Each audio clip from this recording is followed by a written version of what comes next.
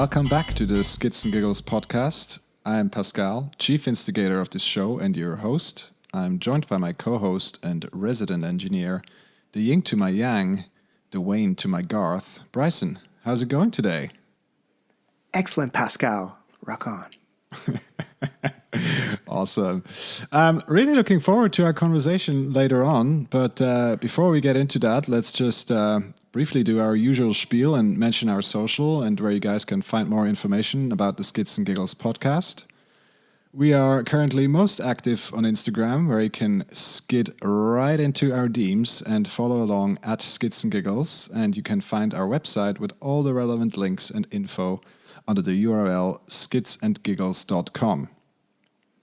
We have quite a few listener questions that we received over the last few weeks, and we're taking the opportunity today to go through some of the shorter ones that were coming at Bryson or myself directly on the back of some probably rather silly things that we said in other episodes. So to start with, maybe Bryson, there were actually quite a few questions on the back of our tire discussion with Robin. And the general gist of it is that our listeners wanted to understand better your tire setup. So maybe short and simple, what is your preferred setup these days? Well, it's really easy, Pascal. There's nothing to understand. It's really random and just experimental. I have this idea where I'm like, I'm just going to try and find the lightest tires with the most decent tread because it's a kind of a winter setup. So I found some really flyweight tires. I decided, I don't really want to destroy my rims, so I put some XC Cushcore inside and then kind of just evolve from there. I pump them up to a normal temperature, not temperature, but a pressure. Put a little bit of sealant inside, as you do, and just hope they stay on the wheels. All right, but are you riding those flyweights? You're riding them here in Zurich, or where do you ride them? Because here we have a lot of mud, so in the winter. So of course, I'm curious to know how that works with a flyweight tire with no knobs. Well, they got knobs. Actually, it's a knobby Nick, so they've got some decent tread on it. I'm not riding in Zurich, so I'm not really encountering the mud. I'm riding in the French part of Switzerland, so it's. Anyways, the forest there, it's not so muddy. It's really a mixture, which kind of reminds me of riding back home. And it suits it well, actually. I was really happy with the decision to go that way. All right, cool. And, maybe looking forward to the summer. We hopefully get to ride in the mountains again. So what will be your preferred setup for that? Maybe on the free ride bike? Yeah, on the free ride, I would be a fool not to go for an acid guy up front, and I'm back and forth with either a DHR or Pierce Brosnan tire. Sorry, not Pierce Brosnan, the Troy Brosnan tire, the Dissector. Okay, that's a nice one.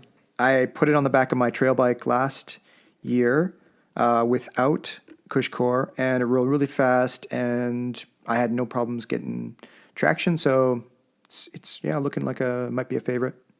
Okay, cool, very nice. I guess that's all there is to say about your tires at this stage. Do you want to maybe take the next one? Yeah, okay. So it goes. Hi, Pascal and Bryson. Another informative and funny episode 5, which I listened to with my daughter on the way to Engelberg for skiing.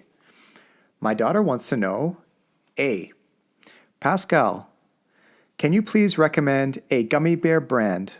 And B, which is your favorite flavor from said brand? Ooh. Well, I'm a traditionalist, let's say, with the gummy bears. So I'm going with the Haribos. The important part is, and that's the nerdy part of this, is that you will find that the original Haribos, especially the German ones, they have their formulation in terms of the glucose and sugar, etc. If you follow the scientific literature, you'll find that that 2-to-1 ratio that you find in literature as being optimal, they're pretty close to that. So it's actually a very cheap way to have a sports snack, and that actually tastes very good, and is actually much cheaper than official sports nutrition brands. In terms of the flavor, I would say I'm more or less an equal opportunity gummy bear eater. But if I had to choose, it would be the red ones and the green ones, actually. So if you were to only take all the green ones and red ones on a ride, and we would, maybe go for a ride together, would you share all the green ones with me and just take the red ones? Because green are my favorite. Ah, for sure, because what is life without sharing the good things in it? So of course I would give you some. Thanks, buddy. All right, maybe Bryson, what's your go-to trail snack these days? Ooh, yeah. I think I've resorted back to just like the standard Cliff Bar and the gel cube things, but I have been known to take some unorthodox solutions, such as a small Tupperware of homemade hummus and some fresh cut celery, as well It's as very practical. I did dabble in the fabled baked potato, but not suggested, I think. Oh, well, I mean, some of the more progressive pro roadies, they also do boiled potatoes on their training rides. Yeah. I know it's weird, but I can see it working, especially on a long day in the heat. Yeah, and especially if you have a tiny cold. packet of salt. Exactly. Okay, final one, Pascal. In our conversation with James, you talked about your experiment. Well, actually, you just really touched on it. Your experiment with slide-on grips. So I'm super curious to know because I've always wanted to be this guy to like try different grips, try different setups, and while I do my own experimentation, I know you're quite critical. So what's your take? Yeah, I mean, as I said, it's an experiment. I'm currently at stage 1 of testing the first pair of slide-ons, which is a Renthal Ultra Tacky, so like the super rubbery ones. I bought myself a can of spray-on paint, clear spray-on paint, so to actually get them nice and sticky. I went for the full moto setup with wires and everything. So not only, does it look cool with the wires, but it's like total moto style, which is obviously very, very cool for mountain bikers in general. So ultra kudos for that. Joking aside, my main goal with this experiment is, of course, to take away some of the stiffness that you have with more modern bars, particularly with heavier aluminium bars, which do not flex quite so well as some of the carbon bars, carbon bars. And I've recently switched back to aluminium after quite some time, and I wanted to kind of single out the effects of the aluminium and of the lock-on grips, because as you know, lock-on grips have a plastic sleeve inside, and of course that takes away some of the rubber material that you can use for an actual grip. So let's say you have 31 millimeter grip diameter. If you have a lock-on sleeve in the middle, then of course the rubber material can only be less to make up the same diameter. So therefore, the logic here is that if you use a slide-on, you don't have a lock-on sleeve. Therefore, more rubber material that should absorb more of the vibration. And as we all know, it's all about the good vibrations. And so far, the experiment is going very well. I'm really impressed. I mean, obviously, with the Ultra Tacky, the issue is that because they're so soft, they disintegrate quite fast. So I'm curious to see how long they hold up. I'm working on the assumption of maybe 2 to 3 months, and then I'll probably try another set of other slide-on grips. I know that you're a tickler. You're world famous for your bike tickling, and I also know that contact points are a very, very personal thing. But what is your thoughts on grips? Does what I say make sense? First, before I answer that, I want to know, do you have that special wire tool that as you pull it, it spins the wire They use this in No, I motor don't. racing. I did go like for a very hacky, very You just hacky spin it job with with a tweezer or something. with pliers. Plier, Yeah. Exactly. What's lined up for your next grip you want to try? Chromac also makes slide-ons, but the issue there is they're slope styler ones, so wax. they're 15 centimeters. Super long. And I usually have my brake levers. I'm particular about my brake levers. I say that here, loud and proud, that I have them 15 centimeters inboard from the edge of my bars. So that's gonna mess with my juju. But yeah, I need to do some more research. I mean, Sensus grips, they make quite a few. I think the Swayze one, and I'm sure there's ODIs that also make the long necks, I believe they're called. So there's quite a few out there that I can try. It's an interesting topic because actually today I was reading up on this vibration isolating stem online, and they threw back to another article that they did prior, which was regarding an actual study on vibration and how it can harm the body. And I remember reading into this and I thought, oh yeah, because now they have all of these special carbon layups and what have you to like do this isolation, even in these flex bars, which I find very interesting, but I don't think I'd ever try. One thing I did do actually in regards to grips is, so I used to ride a motorcycle, and I had a particular motorcycle with a twin cylinder engine, which they are notorious for making like very violent vibrations, basically. So it wasn't a Harley, but it was one of these engines that really didn't. It wasn't really nice on the vibrations, like on particular rev levels. No good vibrations. Nah. Yeah, some like after 100 kilometers an hour. And what's typical on this bike model, and I think quite a few other models in a similar area, is they have weights on the bar, on the ends of the bar. So they're just like threaded into the end of the bar. And then I thought to myself, hang on a second, like maybe I could do something like that on my mountain bike. And so what I did was I just took 2 euro coins. Because at the time, actually, I had just returned from traveling through Europe a little bit. And so I still had a couple like these euro coins, not actual euros. I think they're 50 cent. Anyways, so I took a stack of them and I put them like inside the like end clamp on the outside of the bar. And so they acted like kind of like vibration damping weights. Needless to say, they didn't do anything. No, is it like the weights on the? What is the anti-vibration stickers that some of the pros are putting on their frames? Insane, these tiny circuit boards. Yeah. But it was pretty cool. Like people would be like, "What's on the end of your bar?" And it's like, "Oh yeah, it's like half a euro." Like, why? To make my bike more expensive, obviously. Yeah, exactly, peasant. But yeah, so what are you doing right now for grips? You're a lock-on guy or a slip-on guy? Yeah, I'm a lock-on guy, but I'm open to exploration. You're an equal opportunity grip Gripist guy, so to speak. Yeah. Well, thanks again, guys, for all these follow-up questions and inputs. Please keep them coming. They really help to make our podcast as relevant to our listeners as possible, and I think hopefully we can provide some interesting insights into how we tick.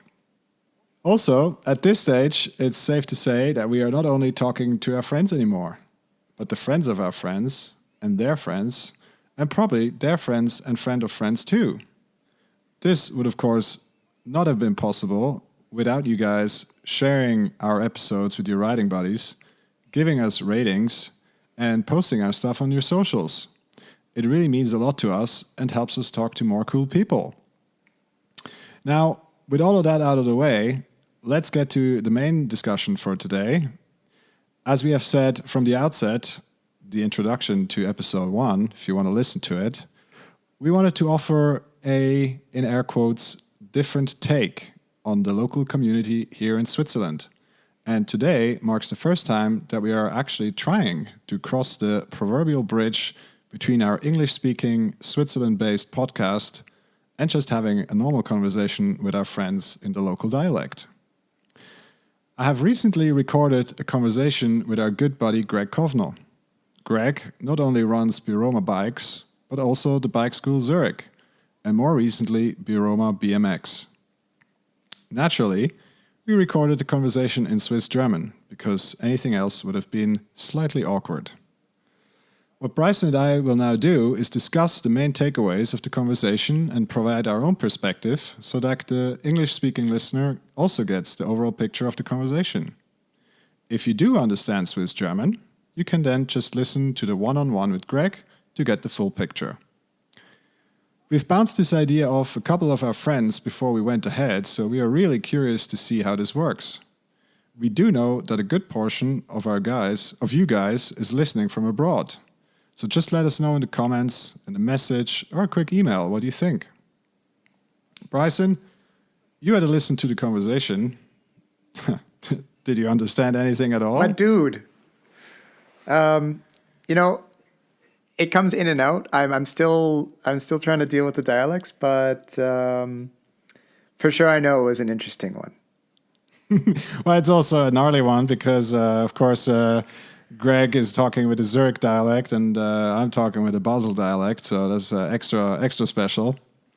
Well, I guess there are a couple of things that I want to pick up on from this first conversation that we actually recorded too.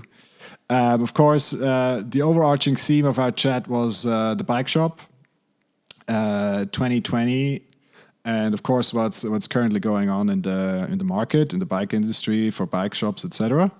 The main thing, of course, is the current state of bike shops and the supply choke, as you call it, I think, in another conversation.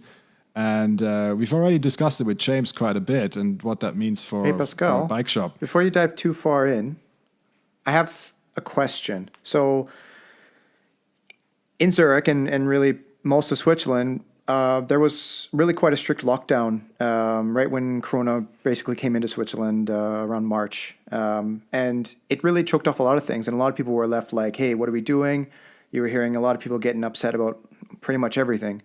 How did Greg deal with the lockdown at that point? I guess the main thing for him was that as you say, as many were, he was kind of taken aback by by the measures. It all came relatively fast for everyone.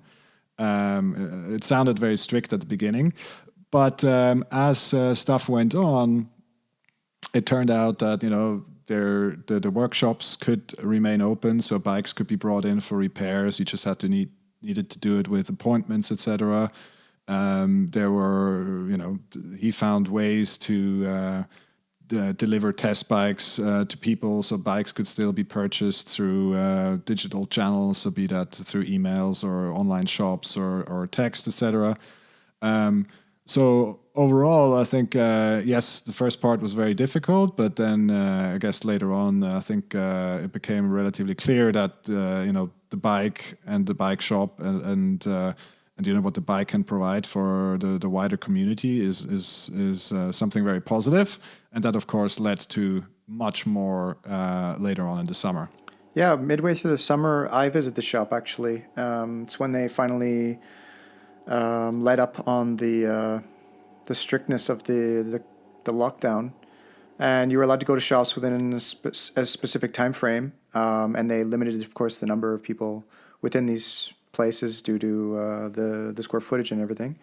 So I'm wearing a mask and I go in there and there's no touching. And of course you got to sanitize your hands and things. And it was really nice to step back into the shop because I hadn't been able to go there for a while.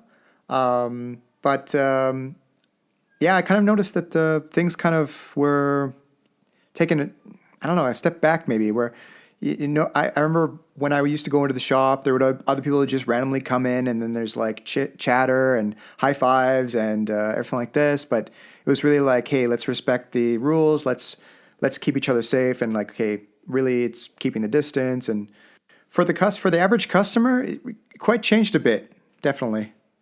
For sure. I think the dynamic in the shop has changed a lot. And, it's not only how people are interacting in the shop, but it's also, of course, like how your customers are interacting with, let's say, researching a purchase. So today you can't just go to a shop and have like a 1 hour session about which bike should I buy. So people need to educate themselves a little bit beforehand, and then they can come in, and then you need to. Because every time you spend an hour in the bike shop means you're taking away an hour from someone else.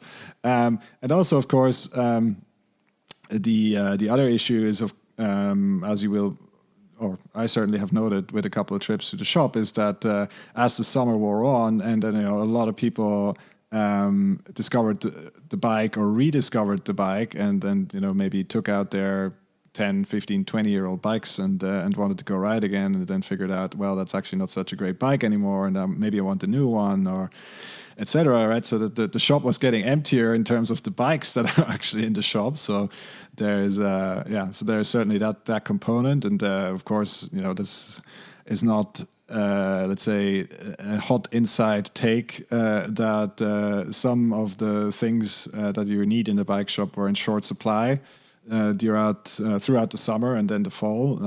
I think an interesting data point from Greg was that the first thing that ran out in August, I believe, was brake pads. That all of a sudden were getting in short supply. I made my own personal experience with an XT derailleur. Harking back to the discussion with James, he was talking about custom builds, and I know that Greg's shop and Greg's personal bike actually is quite blinged out. He's really good with the customization. So how is he going to help customers, who want to do that? Because typically there's a lot of people coming in for really nice handlebars, stems, and so forth, and it's not possible. Yeah, I mean that's I was. And it was an interesting discussion because I had exactly the same question. So the thing with the custom build is, like, typically you have a clear view of kind of what frame you want, and you have kind of a clear view on what kind of suspension you want, like be it the fork or be it the shock, etc. So in that sense, you still set in your way, and basically you're just at the mercy of whatever the supply chain gives you. But once you have that sorted, and I think the main takeaway here is that if you have a frame and the fork, and you have your kind of bands in which you want to operate, then I think you need to be a lot more flexible in terms of the rest of the build. So maybe if you can't get XTR, then maybe go with an SLX, or if you wanted to have a GX build, and maybe you need to cough up a little bit more because you only can get XO1s, or you need to mix and match a GX cassette with an XT derailleur or whatever it is. So I think the theme here is that you need to be a lot more flexible. Of course, that's for clients that want to exclusively work with a bike shop. Of course, if you're happy and confident enough to do most of the stuff yourself, so that be it put it together yourself, or at least source it yourself and be the guy that goes to the bike shop with the stuff he bought online, then, which is perfectly fine, I think. But then you need to do a lot more work yourself. So that means you need to spend a lot of time on either researching online, where you can get stuff from abroad. You can look at secondhand forums, where you can maybe get something that's already used, or eBay, and here locally, of course, Ricardo and all the other mountain bike forums where you change and trade parts. Yeah, those are great places. I was actually an exclusive buy and sell rider, as you could say, for a large majority of the beginning of my riding career. It's just that, you can't beat it. If it's a good quality part, they don't really wear out. And then once you update the seal or put a fresh splash of oil, it's good to go. Yeah, exactly. And you can actually, you can get some if you don't necessarily need to ride like the most current model, that's, maybe a year or 2 or 3 years old, if the geometry is still kind of thereabouts, and the parts and the spec is good, then there's absolutely nothing wrong with buying a bike that has been pre-loved, as they call it. Actually, and sometimes you also find some really good deals. Of course, with too good of a deal, you always have to be careful. because so some of those have not been bought through reputable sources, but have mostly been stolen if they're too cheap. So, but yeah, from time to time you find a great deal. I actually bought a very nice handmade steel frame, one of the first generation Chromax surfaces for a very good deal and very good shape from someone that needed money in a pinch, and of course I was happy to help. And I got a very good price on a fantastic handcrafted frame building. So, what about these really patient customers, the ones who are willing to wait for that particular model to come into stock? What has Greg sort of decided that he's going to do for 2021 to help those customers out? Because they're going to have to at least wait until this year or maybe next. Yeah, they've. So I mean, of course, he has a strategy or has taken some measures to help with that, and then of course he has increased his pre-orders. So kind of obviously with some defensive approach, so not go like totally crazy and hope for the continuation of this extreme boom into next year and the year after, but just increase the stocks a little bit, not only necessarily for bikes but also for replacement parts. So because obviously a big thing for a bike shop today is not necessarily only selling bikes, but it's the service work and repair works, and if you don't have any replacement parts and stuff to repair bikes, then of course you won't be doing many repair jobs and replacement jobs. So he invested quite a bit in stock for these kind of parts. And but I mean, there's also other avenues that he's pursued and that we cover in the conversation. One of that is that he's opened a second shop to kind of streamline the offering a little bit in the main shop. So currently the main shop is kind of covers a little bit of everything. So from mountain bikes to BMXs to e-bikes to city bikes to the repair shop, etc., accessories. So now he's opened a second shop that will exclusively deal with BMXs and also some of the city bikes. So that should help streamline the main shop for more towards mountain bikes. Mm-hmm. I noticed that his shop, as I see it, as I know it, it's really just for core mountain bikers mostly. And he has a couple commuting bikes and a couple. I've seen a tandem and a BMX bike here and there, and maybe a scooter. But what I haven't seen in his shop so much are e-bikes. I remember he had one model, and I did take it for a ride once. It was a hoot. Actually, I was using it to shuttle the other riders up the hill. It's pretty funny. That's a good e-biker. Yeah. I definitely don't deserve one. But so he's not doing e-bikes in his normal shop, but I guess he's going to be bringing them into his other shop because it's not such a thing for him so far. Well, it's interesting. Yeah, as you say, I mean, it's his shop is serving more of a core kind of clientele.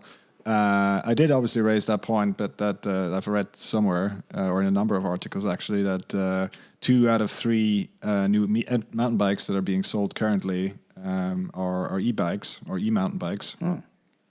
Which is interesting. His personal data point he estimates is more like 1 in 50 in his shop. So he does sell some e-bikes, but it's it's not his main business. Interesting is that he's actually very constructive on the outlook for e-bikes, especially with the new models that are coming out in the next year or two. And I agree because as soon as the weight difference between e-bikes and like a mountain bike that you want to ride, so with proper suspension and proper tires and proper everything, comes down, then all of a sudden the proposition is not so crazy anymore to have a bike with a motor and a battery. And for most riders that don't have such a performance approach to riding a bike, that just means they can ride, a couple hundred vertical more or a couple thousand vertical more. They can ride 10, 20, 30, 50 kilometers more. but yeah, so I mean, I think it's a great opportunity. It opens up opportunities, for the shop. It opens up opportunities for him personally with the bike school, because of course, e-bike riders have different needs to not, let's say, in air quotes, normal mountain bikers. I mean, because of course, the weight dynamic of the bike is slightly different. Of course, the motor changes the approach a little bit in terms of how you approach obstacles, etc. And also, typically, an e-bike rider is on average a little bit older than let's say a normal client that goes to the bike school. So it sounds like Greg is really taking a service approach, not only just servicing bicycles, but really catering to his clientele or the people that are coming in to say, "Hey, we need something from you." What else did you talk about with him? Another interesting question that we discussed was recommendations for beginner bikes, because of course, right now there's quite a few new riders coming to the sport, and I observed that at work or in my social circles where people ask for recommendations, and that was an interesting one, and we tried to set out a little bit our kind of recommendations. But before we start doing that, then maybe Bryson, what do you normally recommend for someone that buys a new bike or is looking to get into bikes? Okay, so if the scenario is I have a friend who doesn't bike, and he or she comes to me and says, "Bryson, I need a bike. What do you recommend?" I'm going to tell them, well, ride the bike you have. And if they don't have a bike, then you're going to have to, really dig deep and rub that crystal ball. Maybe take them on a bike ride of one of your bikes to see if they like that. I don't know. There's so many approaches you can take. It's really person to person dependent. Fortunately, I've only had to deal with friends asking me, so it's a little bit of I can kind of dive deep onto that. But I guess a professional would have a different approach. Oh yeah, for sure. I mean, it was actually a surprising answer, because his main tool when he advises someone to buy a new bike is his first question is always like, "What do your friends ride?" And I was like, "Okay, why is that?" It's like, well, there's no point in recommending a full-on race cross-country bike to a guy that's only going to ride with enduro bros, and vice versa, right? So, and I thought that makes a lot of sense actually, but yeah, I mean, of course, there's more to it. On the one hand, this is kind of, yes, what are your friends riding? How are you what do you see yourself riding? His general recommendation is to go with nothing that is too extreme. So, I know it's a bit controversial, and because those are the two extremes in terms of the competitive side of the sport, is cross-country bikes are today not necessarily for everyone. And also downhill bikes are probably not for everyone these days anymore. I think this beautiful sweet spot around the kind of the middle of this spectrum, the trail bike or the normal mountain bike, is kind of what people should be targeting. Generally, it's just my personal view, and it is depending on the age and the person that asks. So with kids, for example, I've made it very clear, and I think with the conversation with James as well, I'm follow more of a bare bones approach. So if you can ride a hardtail, then ride it for as long as you can, for as hard as you can, until it falls apart. And then if you really love it, then we can talk about upgrading your bike. For someone older that gets into the sport, I'm approaching it more with like a confidence angle. And if I hear that someone sees himself or herself riding in the mountains and is not a very confident rider already, then I generally err on the side of more confidence-inspiring tires, more confidence-inspiring suspension. So rather than something sporty, I would generally recommend something that is a bit more forgiving, that has a little bit more oh shucks insurance, and allows some robustness. New rider to exactly some more robustness. I'm all about the robustness. If it's prepared to last a nuclear war, I think it's ready to ride. Absolutely. Um, Maybe the last thing I wanted to pick up on, and it's it's also related to the discussion on the beginner bike. So imagine the scenario. So you recommended someone a first bike, and they absolutely love it. They ride it a ton during the season, and then after a year they come back to the shop and they're asking you, is like, okay, I really love the bike, but I really want to treat myself to something, so an upgrade of some sort. And kind of what are the first things that you recommend as an upgrade? Which I thought was also an interesting question. Mm. And so what is your take on that? Okay, so I'm the shop guru. I'm sitting there on my floating rug, and they come to me and say, Bryson, what can I do? Well, if they didn't already take their bike in for full service, I'm talking seals, fluids, pivot bearings, for sure, that's going to happen. And then, of course, any wear parts, brakes, tires, this and that. And basically, when you do all these things, you refresh your bike. And yeah, it's like getting a new bike, but you're not paying the full bike price. And if they've already done that sort of thing, like really, if they've really done it, then I would just say, hey, if you're going to spend close to 5 hours a week on your bike, go for a new bike. Like, you deserve it. Okay. Controversial, but but yeah, no, I mean, why not? I mean, that's 5 hours on the bike per week. That's already a pretty decent amount of time. So that would already be kind of in a very sporty in a very sporty bracket, I would say. Oh, it can catch the bug easily in a year. Oh, yeah, for sure. We had it was more along the lines of so say, imagine it was someone that bought more of a value bike, and then you mentioned earlier already, tires is obviously a big thing. I'm personally a big fan of tires. And I also like tires on my bike. How you can change the characteristics of a bike. That's what I was getting at. I don't advise on riding your bike without tires generally, but if you do, make sure you have tire sealants everywhere. But it's also, I mean, again, coming back to the value bike is my general thing or recommendation would be to upgrade. If you want to upgrade the existing bike rather than buying a new one like Bryson, to go for the stuff where people or brands generally are saving money when they put out value bikes, and that's generally tires is a good one, and the other one is brakes, and then the next one would be suspension. And suspension, you don't necessarily need to buy a new fork or a new shock. You can generally just upgrade, let's say, a damper cartridge, something that you can do relatively cheaply.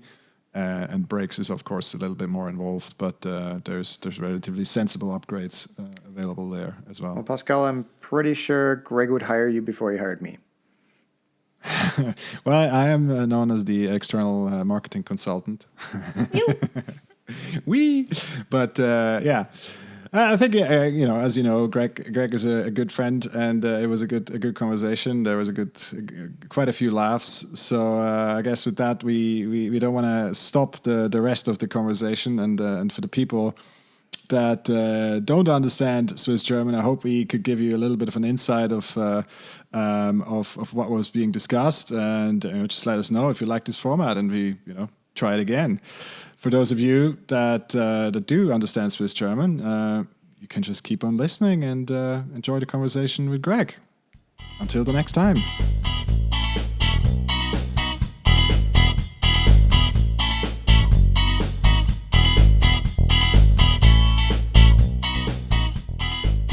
Also, nachdem wir jetzt schon viel über den Greg gehört haben, über Biroma gehört haben, über die Bikeschule in Zürich gehört haben, habe ich jetzt große Vergnügen, heute mich effektiv mit dem Greg Kowner zu unterhalten.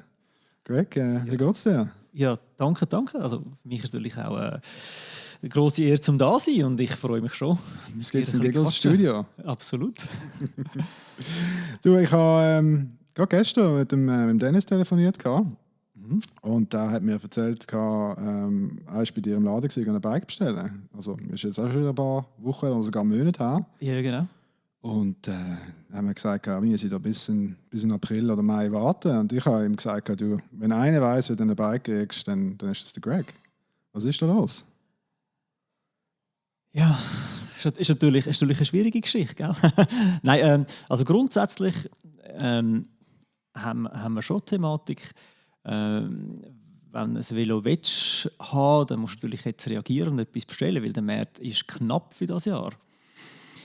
Also es ist, dort ist der Dennis leider nicht ausgeschlossen davon. ich hätte ihm gerne gerade etwas können anschauen und sagen, hey, look, Dennis, fahr davon. Aber leider im Moment sieht es einfach so aus, dass viel Geduld und ja, auch halt, wenn man etwas will, vielleicht auch flexibel sein und ein bisschen schauen, gibt es etwas anderes, was mir gleich noch gefällt. Weil ich glaube, dieses Jahr sich das Traumbike erfüllen, Wunsch-Traumbike zu haben, das wird, glaube ich, noch schwierig werden. Ja, man muss glaube ich, sehr viel Geduld haben. Ja, definitiv. Also es hinkt alles ein bisschen rein. Wir haben Bikes, die spät kommen, Bikes, die nicht kommen, Bikes, die ausverkauft sind. Es zieht sich über Teile hinweg. Also es wird ein sehr spannendes Jahr. Okay. Aber allgemein, ich glaube, über das letzte Jahr ist das jetzt bald, oder? Ist doch recht viel gegangen in der Bike-Industrie. Es ist viel Gutes, viel weniger Gutes. Was sind so deine Highlights von den letzten 12 Monaten? Es hat natürlich irgendwie, wie du sagst, es hat irgendwie Highlights gegeben, aber auch ein gewisser Moment, wo man denkt, so, oh, wie geht es jetzt weiter? Ist natürlich gerade der erste Lockdown. Ist dann schon so ein bisschen so, wow, okay, was machen wir jetzt? Wodurch geht es? Wie geht es weiter? Haben dann relativ schnell können reagieren und die Werkstatt offen behalten und halt dann schauen, dass die Kunden gleich zu den Testbikes kommen und Velos können kaufen trotzdem. Das haben wir relativ schnell eigentlich im Griff gehabt. Danach eigentlich, wie man es gehört hat in den Medien überall, ist natürlich dann der Boom gekommen von all den lieben Leuten, die im Homeoffice sind, die dann nicht mehr wollen, joggen, vielleicht lieber Velo fahren, etwas gelenkschonenderes, ein bisschen mehr Action, ein bisschen mehr Spass macht. Ja, und ich glaube, dann ist es halt wirklich aufwärts gegangen und wir haben wirklich auch eine super Saison gehabt mit viel Abverkäufen, mit Leuten, die sich auch mega schöne Bikes geleistet haben, weil sie einfach sind, durch die Ferien gar nicht nötig, ich will ein neues Bike.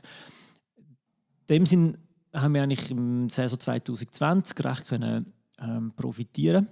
Wir haben es auch mit der Bikeschule gemerkt, wir hatten viele Kurse, also viele Anfragen, haben viel unterrichten, wo jetzt natürlich so ein bisschen Kehrtwende kommt im 21. Genau, ich meine, das ist, glaube ich, so eins von den Themen, wo man immer wieder hört. Also ich höre sehr viele Podcasts. Und eben dort ist, glaube ich, so das große Thema im Moment ist, eben, man hat einen riesen Boom gehabt im 2020, wo im Prinzip alle eigentlich einfach alles verkauft haben, was sie irgendwie hatten oder irgendwie noch haben können besorgen. Und jetzt ist so das große Fragezeichen, wie geht die Reise weiter? Bleibt der Boom bestehen, kehrt auch wieder um. Und das ist natürlich als Geschäftsmann und Unternehmer ist das natürlich auch eine Herausforderung. Wie siehst du das für euch? Ja, wie du sagst, es ist wirklich eine Herausforderung. Es steht vor gewissen neuen Problemen, die wir jetzt noch nie hatten. Das hat eben gewisse Sachen, die eigentlich willst können verkaufen, ausverkauft sind, nicht mehr bekommst. Es sind ganz neue Herausforderungen. Die Lagerbewirtschaftung, die sicher ein grosses Thema ist. Es ist eine Unsicherheit da, weil auch seitens Lieferanten, du kriegst schon keine genauen Daten oder genaue Angaben, wann ist was verfügbar. Das heisst einfach, es ist knapp, doch schauen, dass ihr genug habt. Weisst nicht, ja, muss jetzt die Hamstereinkäufe machen, wie mit dem WC-Papier. Das ist wirklich so ein bisschen eine Ungewissheit. Was soll man machen, welchen Weg geht man?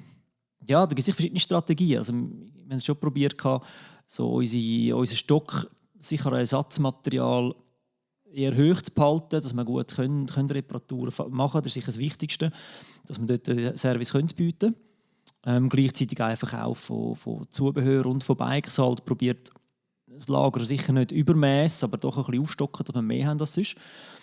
Weil jetzt rein so von der Größe von unserem Shop haben wir vieles einfach auf Reas gemacht, also einfach nachbestellt für Kunden. Das wird dieses Jahr doch sehr, sehr eng, wie es aussieht. Von dem her probieren wir halt schon jetzt möglichst gut zu steuern, dass wir unsere Vorräte gut am Anbringen. Ja. Aber eben, ich meine, die grosse Herausforderung, eben jetzt gerade das Stichwort Ersatzteil erwähnt, da habe ich leider auch eine unschöne Erfahrung müssen machen mit meinem leider zerstörten XT-Schaltwerk. Ich glaube, das Motto vom 21 ist, dass man einfach flexibel sein muss. Also ich habe jetzt anstatt ein neues XT-Schaltwerk habe ich jetzt ein Deore aber ich würde da an der Stelle gerne berichten, dass das fast genau gleich gut funktioniert. Ja, also manchmal sind Downgrades gar nicht so schlecht, was geht. Absolut, absolut. In unserer ersten Episode mit dem James haben wir das Thema schon gehabt, aber das Thema von der Customization oder eben die Personalisierung von deinem eigenen Bike. Und eben, es gibt natürlich einige Leute, die eigentlich gar nicht ganze Bikes kaufen, direkt ab Katalog, sondern eben, die kaufen sich vielleicht einen Rahmen und in den kleinen Einzelteile aufbauen mit ihren Wunschteilen. Jetzt eben, genau, das ist das die Herausforderung im aktuellen Umfeld. Eben, wenn du jetzt jemanden im Laden hast, der sich gerne so ein Projektbike möchte aufbauen möchte, wie stehst du dem gegenüber? Also was sagst du dem? Muss er einfach nur Geduld haben oder gibt es da andere Strategien vielleicht? Ja, Geduld ist sicher mal eins. Es gibt sicher so, also ich wirklich auch empfehle halt, wenn du jetzt ein Custom-Bike aufbauen willst, man hat immer so gewisse Sachen, wo man nicht ändern oder nicht darauf verzichten, dass man ein Frame ist, der, den du willst, Gabel willst du meistens genau die. Aber jetzt, ja, halt musst flexibel sein und das gesagt, man Dropper Post statt ein Fox kommt dann vielleicht in eine Bike Road drauf oder irgendwie, man halt ein bisschen Flexibilität muss man schon haben, weil viele Lieferanten haben dort schon Lieferverzögerung drin, Teilsachen bekommst du wirklich vielleicht auch gar nicht in dieser Saison. Dem würde ich schon mal ein Custom-Bike machen, würde ich mal gut vorab klären, was ist möglich, was kann ich haben. Eben mal Beratung holen und dann wirklich mit den Lieferterminen halt probieren zu schaukeln. Das ist für uns natürlich auch eine totale Herausforderung. Wir können einfach nur schnell nachschauen bei den Lieferanten, was lieferbar ist oder wenn das kommt. Wir müssen wirklich Telefon machen, schauen, ja, kommt das Teil noch, wie viele sind schon vorbestellt, können wir überhaupt noch eins über. Es wird schon gerade so Sachen wieder eine rechte Challenge. Okay, aber das Lässige sag ich mal, in dem aktuellen Boom im Bikesport ist ja auch, dass es sehr viele neue Biker hat, also Leute, die sich sagen wir mal, ein erstes Bike oder seit langem wieder einmal ein Bike gönnen. Ich glaube immer wieder eine spannende Frage ist, eben, was empfiehlst du einem Neueinsteiger oder jemandem, der den Sport neu entdeckt oder wiederentdeckt, was empfiehlst du dem? Wo soll er am ersten schauen? Oder zuerst schauen? Also wenn es um die Kategorie vom Bike geht, also was für ein Bike das soll kaufen, ist schon so, dass ich vom Kunden sehr gerne viel erfahren, was er will. Also wo will er fahren, mit was für Kollegen fährt er, ist er eher alpin unterwegs, ist auf Home Trails unterwegs, auf möglichst viele Informationen sammeln, damit man am Schluss einfach herausfinden, was er wirklich braucht und was sie sicher nicht will, dass man irgendwie ein Bike verkauft, wo er nach einem Jahr merkt, ich habe etwas Falsches gekauft. Von dem her sind eigentlich von der Kategorie her heutzutage schon so ein bisschen im Bereich Trailbike, bis Enduro, je nachdem halt, wie fest das abwärtsorientiert ist. Und ein bisschen darauf an, vielleicht auch, was hat er für einen Kollegenkreis, was fahren die, will ich mit denen fahren, wie sind die unterwegs. Und vom Bike an sich sonst, ich würde sagen, es gibt immer so ein gewisses Einsteigerlevel, wo ich finde, das ist so Preis-Leistung funktioniert gut. Man hat eigentlich gute Komponenten drauf und man muss nicht gerade nach einem Jahr denken, jetzt muss ich da noch, weiss Gott, andere Gabel drauf machen und so, sondern wirklich halt das Minimal-Level an Qualität müssen wir schon haben. So, das muss nicht ein Carbon-Frame sein, ein gut gespeckter Alu-Frame, tut es da eigentlich voll. Okay, aber das haben wir eben auch schon in einer anderen Unterhaltung festgestellt, dass die Toleranz für doch relativ stark angestiegene Preise die ist durchaus da. Also ich habe da diverse Unterhaltungen bei mir im Büro zum Beispiel wo mir Leute gefragt haben, eben wegen einem Einsteigerbike oder einem Einsteiger-Rennvelo zum Beispiel. Und ich habe dann da irgendwie einen Vorschlag gemacht, der eben, sag ich jetzt mal, ein sehr vernünftiger Preispunkt war, in meiner Meinung. Also, also eben auf dem Rennvelo ist das, sage ich mal, Shimano 105 und auf einem Mountainbike ist das vielleicht so ein SRAM GX oder ein Shimano SLX Level, oder, wo mit entsprechenden Komponenten kommt und dementsprechend auch relativ preiswert ist. Aber eben die Blick, den du da zurückkriegst, also dass du spinnst eigentlich 3000 Stutz. Also, ich muss da nicht viel mehr ausgeben. Also, nein. aber eben, es ist eben ich glaube, das ist vielleicht auch hier lokal in Zürich so, aber dass die Meinung, eben, dass was nichts kostet, das ist auch nichts. Der Anstieg von der Qualität, vor allem günstigeren Preispunkten, ist sicher etwas, wo heutige Biker definitiv zum Vorteil kommt, oder? Ja, das ist eine gute Frage. Also ich finde jetzt, man hat heute halt schon, eben, es gibt gewisse, es ist von Brand zu Brand ein bisschen verschieden. Ich finde, gewisse Brands setzen sehr stark darauf, dass man einen gewissen Preispunkt von Mountainbikes, sage ich mal, vielleicht bei schon ab 4'000 Franken kann ich nur noch Carbonrahmen auf den Markt bringen, also komplett Bike mit Carbonrahmen bringen, wo ich irgendwo nicht immer Fan bin davon. Weil ich denke, so, bringt es wirklich an einem Einsteiger etwas, einen Carbonrahmen zu fahren, dafür hat er nachher einfach bei Bremsen schlechtere Qualität drauf. Von Gabeln her hat er ein bisschen schlechtere Qualität. In diesem Preisgebiet bricht es von Aluminiumrahmen an mit eigentlich besseren Komponenten. Und die Gewichtsersparnis, die er nachher hat, ja, das bringt mir klar etwas, aber irgendwo finde ich auch, das ist doch fast ein grösser Benefit davon, wenn du nachher halt wirklich einfach Komponenten hast, die langlebiger sind, die länger Freude hast, die dein Level weiterbringen, wie wenn du einen Carbonrahmen hast, der ein bisschen low-spec ist nachher auch. Mhm. Es ist schon so, dass wir heute viele Leute haben, die kommen ja schon mit der Vorstellung, wie deine Kollegen im Büro finden, ja, ich muss ein Bike haben und das muss mindestens so und so viel kosten. Stimmt ja so, wenn ich ein gewisses Level habe von Fahren und eine gewisse Erfahrung mitbringe, dann irgendwo hat man seine Mindestanforderungen. Ich finde es mega spannend, man merkt das extrem gut, wenn man ein bisschen im Ausland auch ein bisschen, mit Leuten redet. Der Schweizer hat doch sehr oft so ein bisschen die Einstellung, ja, eben das Beste ist doch mal gut genug für mich. Ist für uns also ausnahmsweise. Also für uns, ich meine, als Shopbesitzer ist man da nicht dagegen, wenn jemand sagt, ich will viel Geld ausgeben, auf jeden Fall. Die Frage ist einfach, muss es sein, muss es von Anfang an sein? Oder kannst du sagen, hey, schau, ich kann mit etwas einsteigen, das macht mega viel Spass. Ich habe schon einen guten Frame drauf zum Beispiel, ich kann nachher auch upgraden noch später, wenn ich das will. Guter Punkt, ja. Ist natürlich, gerade wenn wir jetzt wieder uns der Einsteiger vor Augen führen, oder, wo nach einem Jahr, sagen wir mal, zu dir wieder in den Laden kommt, nachdem er das Bike gekauft hat. Was sind so die ersten vernünftigen Upgrades, die du nach einem ersten grossen Service würdest empfehlen? Ja, auf jeden Fall ist es natürlich ein bisschen abhängig vom Kunden selber, was er für Bedürfnisse hat. Wenn er natürlich auch wieder merkt, so, ja, ich habe jetzt auf der Abfahrt fühle ich mich zu wenig wohl. Sechs Bremsen zum Beispiel, wo ich mich einfach unsicher fühle. Ich brauche viel Kraft mit der Hand.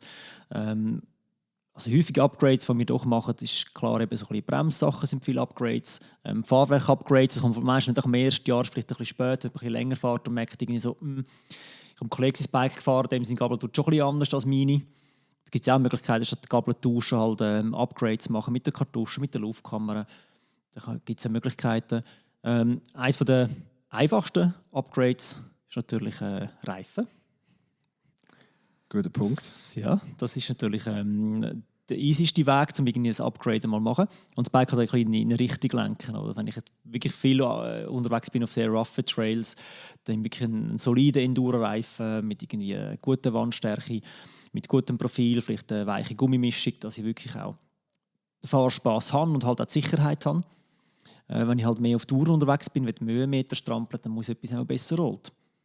Und viele Kunden, die das Bike kaufen, kommen erst später die Idee, was mache ich mit dem Bike. Die merken vielleicht erst später, ja, all meine Kollegen machen gerne irgendwelche Alpenüberquerungen, ich will da mitfahren. Dann nimmst du keinen super tacky, super Double Downhill-Reifen, ja, dann musst du halt wirklich etwas Leichteres nehmen. Und ich glaube, das macht schon viel aus.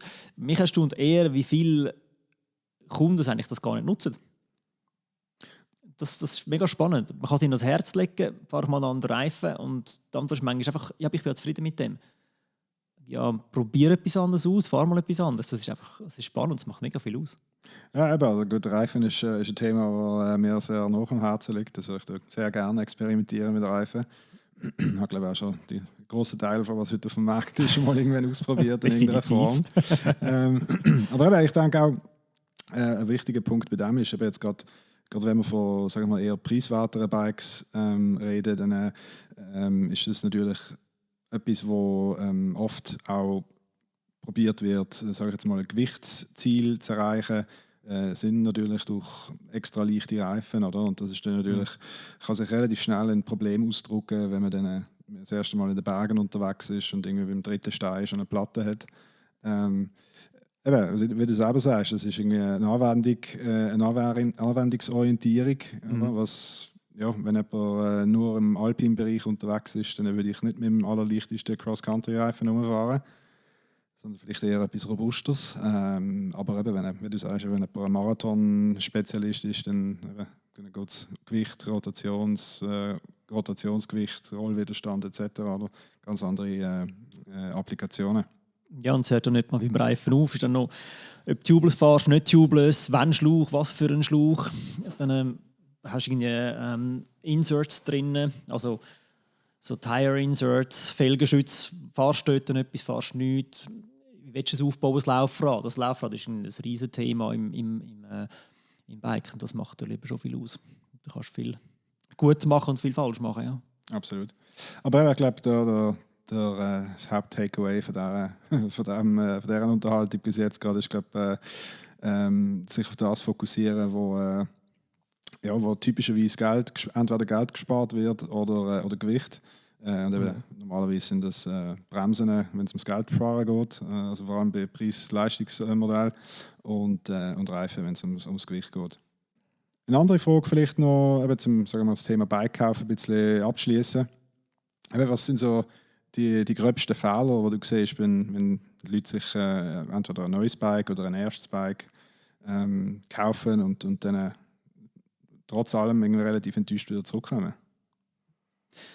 Also was ich muss sagen, wir haben extrem Glück dort durch, oder vielleicht ist es auch können, das wüsste ich jetzt nicht, aber wir haben eigentlich so gut wie nie einen Kunden, der zurückkommt und findet, hey, ich habe das falsche Velo empfohlen bekommen. Wir haben über die Jahre hinweg sicher mal einen Kunden gehabt, ich mag mich an jemanden erinnern, wirklich einfach die Rahmengrösse schwierig war zu ermitteln irgendwie. Und der ist wirklich so gerade zwischendurch gefallen. Wir haben das Kleineren empfohlen gehabt und er hat nachher wirklich gemerkt, er sitzt wirklich nicht gut. Dann haben wir wirklich nachher eigentlich das Bike zurückgenommen und haben dann das Grössere dann gegeben. Das mag ich in dem Fall mich erinnern. Sonst bei den Bikekäufen, also jetzt mal ja, so gesagt, die meisten Leute, die vielleicht etwas Falsches bekommen oder etwas Falsches posten, ist halt wie so vielleicht ja,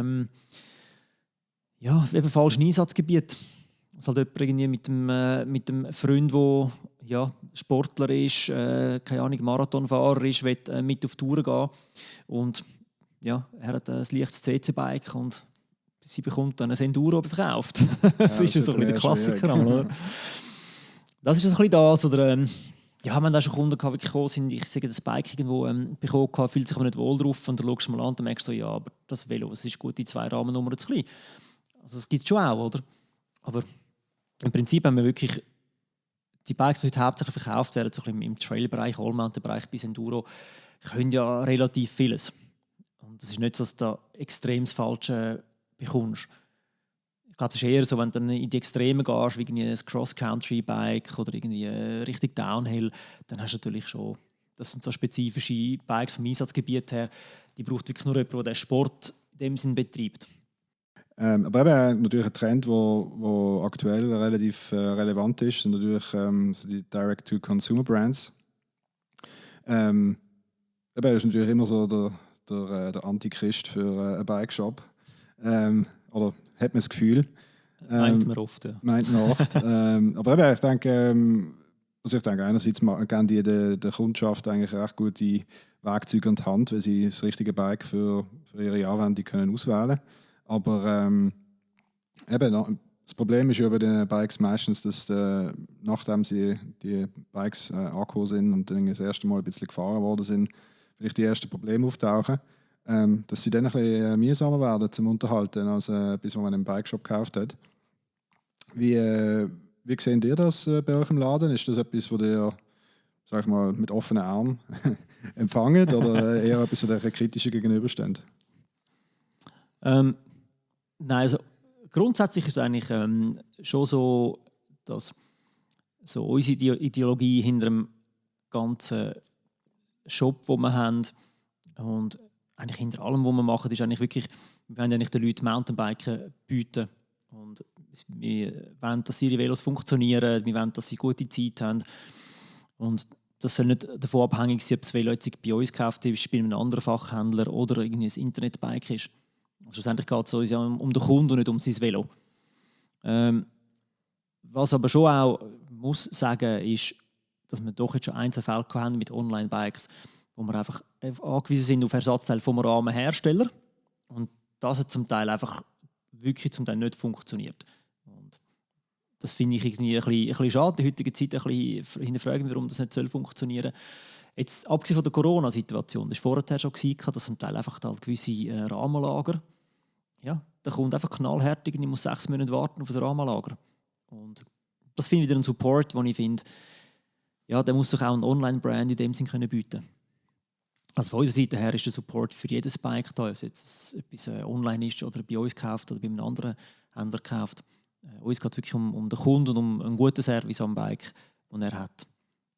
Und von dem her, also wir haben jetzt nicht irgendwie so eine Hasseinstellung gegen Internetbikes oder so? Nein, voll nicht. Wo an der Stelle müssen wir, glaube ich, einen kleinen Exkurs machen an einen Streich, den wir mal gespielt haben. Magst du dich noch erinnern? Ups.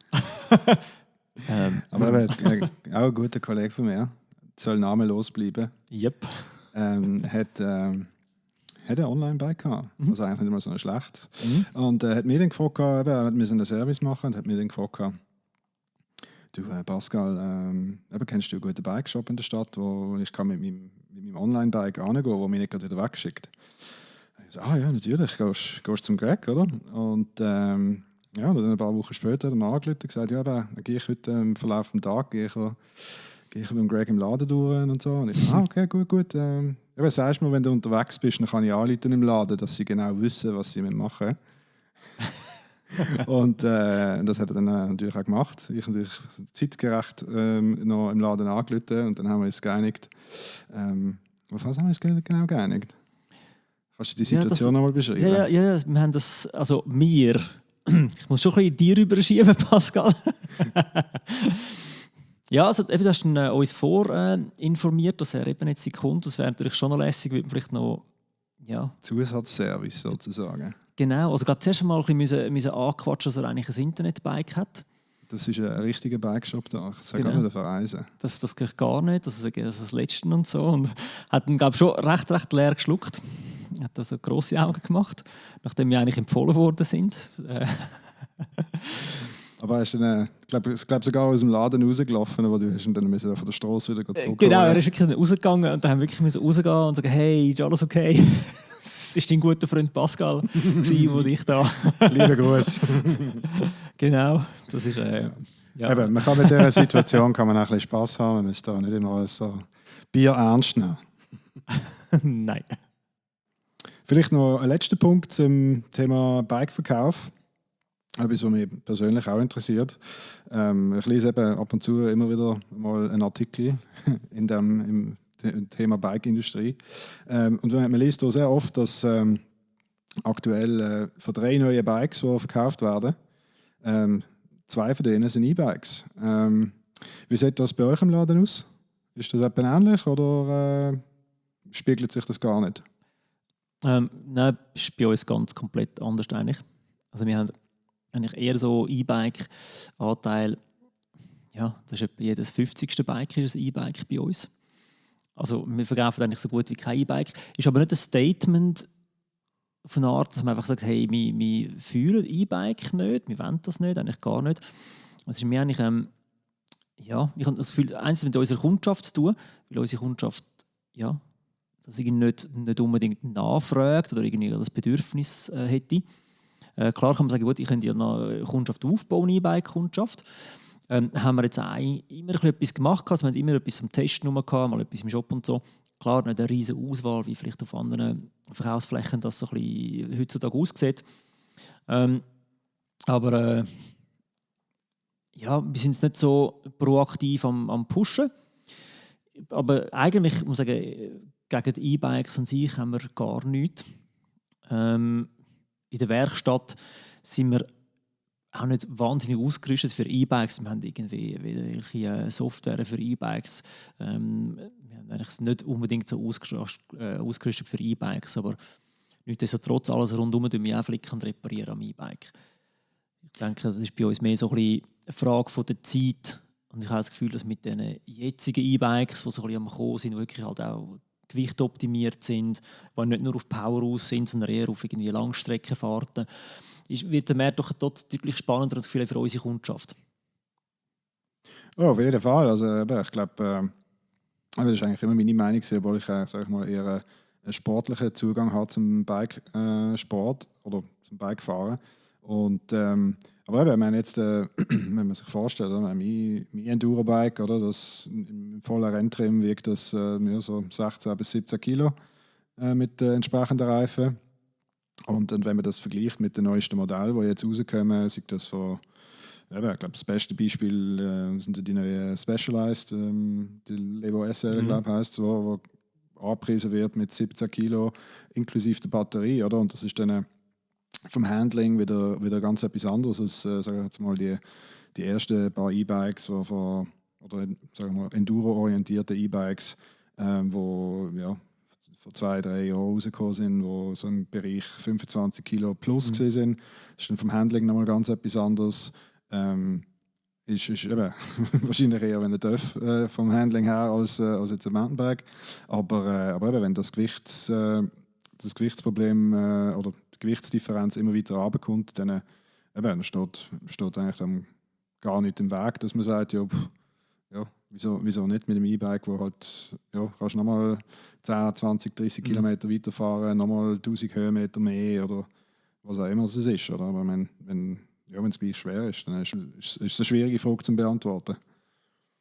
Ja, es ist natürlich schon so, dass der E-Bike-Boom definitiv da ist. Vielleicht kommt es auch noch ein bisschen darauf an, wo man lokalisiert ist, also wo man den Standort hat. Also ich denke, man hat gewisse Orte, hast nur den Anfahrtsweg, bis du bei deinem Berg bist, wo du kannst Trails fahren, ist halt schon lang. Oder bist in den Bergen oben und hast wirklich die Möglichkeit, halt viel weiterzukommen mit einem E-Bike. Es gibt sicher ein bisschen eine Abhängigkeit von der Region, wo bist du daheim, wo gehst du biken, was macht Sinn. Wir haben ja auch immer die Kunden reingelassen, um herauszufinden, was ist das Bedürfnis, wer will ein E-Bike, warum will er ein E-Bike. Und viele haben einfach gesagt, ja, ich fände es total lässig, so ein zweites Velo, ein E-Bike zu haben, aber für das ist mir einfach zu teuer. So aus Blau noch ein E-Bike nebendran haben. Ich finde es total gute Einsatzzwecke von E-Bikes. Sei es jetzt jemand, der einfach weitere Touren machen, längere Touren machen. Jemand, der sagt, hey, ich will meinen Home-Trail fahren, aber schon irgendwie nur 2-mal auf den Berg, gar irgendwie 4-mal, 5-mal auf den Berg. Also es gibt ja verschiedene Einsatzzwecke für ein E-Bike, die total viel Sinn machen. Ich denke, heute ist halt doch auch noch so, dass bei vielen Regionen, wo man halt biken kann, gibt es auch Gondeln. Also du kannst immerhin mit der Bahn rauf, um mal die Höhenmeter wirklich zurückzulegen. Du kommst heute auch schon weiter so. Von dem her ist es, glaube nicht für alle Leute ist es wirklich wichtig, dass sie ein E-Bike haben. Der Markt ist klar, der Markt geht bei uns Richtung E-Bike. Man sieht es also in der Entwicklung der Bikes selber. Also verschiedene Brands haben in den letzten Jahren gezeigt, dass eigentlich die E-Bike die Entwicklung total, also die Entwicklung investiert haben, die E-Bikes. Da neue Rahmen rausgebracht, neue Technologien mit den Batterien, mit den Motoren. Da ist viel gegangen. Wo aber die normalen Bikes nebendran einfach ein bisschen Modellpflege bekommen haben. Vielleicht mal einen neuen Anstrich, neue Parts drauf, wo dann dort eher nicht so viel gegangen ist. Das ist so, je nach Brand ist das so ein bisschen unterschiedlich gehandhabt worden. Ja, nichtsdestotrotz, wir werden sicher auch mit E-Bikes mehr und mehr zu tun haben. Also wir haben jetzt eigentlich auch vor, das ein bisschen attraktiver zu machen mit Testbikes, die wir haben, mit Mietbikes. Werden auch erste E-Bike-Kurse anbieten. Das ist ja ganz neu für uns. Ja, eben, ich glaube, die Bikeschule, das ist glaube nochmal ein Thema für einen ganz anderen Podcast. Aber jetzt vielleicht auch schon als Teaser für die nächste Episode mit dir. Was sind die speziellen Sachen, die man bei einem Kurs für E-Biker berücksichtigen muss? Ja, der E-Bike-Fahrer an sich hat ja die Möglichkeit, von verschiedenen Stufen von seiner Unterstützung vom Motor zu wählen. Und das gibt ihm halt noch andere Möglichkeiten von der Bikefahrtechnik selber. Zudem ist das Bike meistens einfach schwerer. Außer gerade eines von diesen ganz neuen, coolen Gucci E-Bikes. Genau. Nein, eben. Auch vom Gewicht her natürlich ein anderes Gewicht, das er mit sich trägt. Und dann natürlich auch ist der Fahrer selber, je nachdem, kann sein, dass er halt weniger aus dem Sport rauskommt vorher, vielleicht eher ein bisschen, auch schon ein älterer Fahrer ist so. Und dann ist es doch mit den E-Bikes, je nachdem, was für Leistungen sie haben, ist halt auch noch ein bisschen Challenge natürlich. Ja. So ein Gerät können, oder so ein Gefährt können, auch sicher auf dem Trail zu fahren. Okay. Vielleicht zum Abschluss, wenn wir da ein bisschen dafür schauen, also jetzt vielleicht nicht nur, wenn man am besten ein Bike kauft, aber eben, das letzte Jahr hat, sagen wir mal, einiges an Möglichkeiten gebracht. Man hat hoffentlich auch vieles an Bikes können verkaufen und hoffentlich gut können arbeiten, sage ich jetzt mal so. Was habt ihr so geplant jetzt mit dem euch neu auszurichten für sag ich jetzt mal, das Wachstum in der Branche? Neue Shops, neue Kurse, neu alles? Alles.